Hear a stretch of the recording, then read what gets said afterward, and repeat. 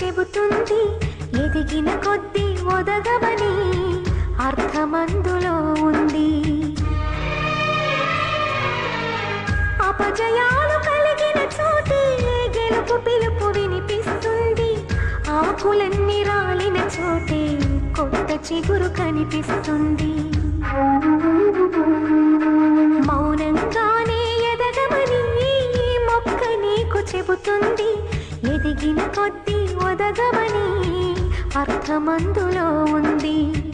అపజయాలు కలిగిన చోటే గెలుపు పిలుపు వినిపిస్తుంది.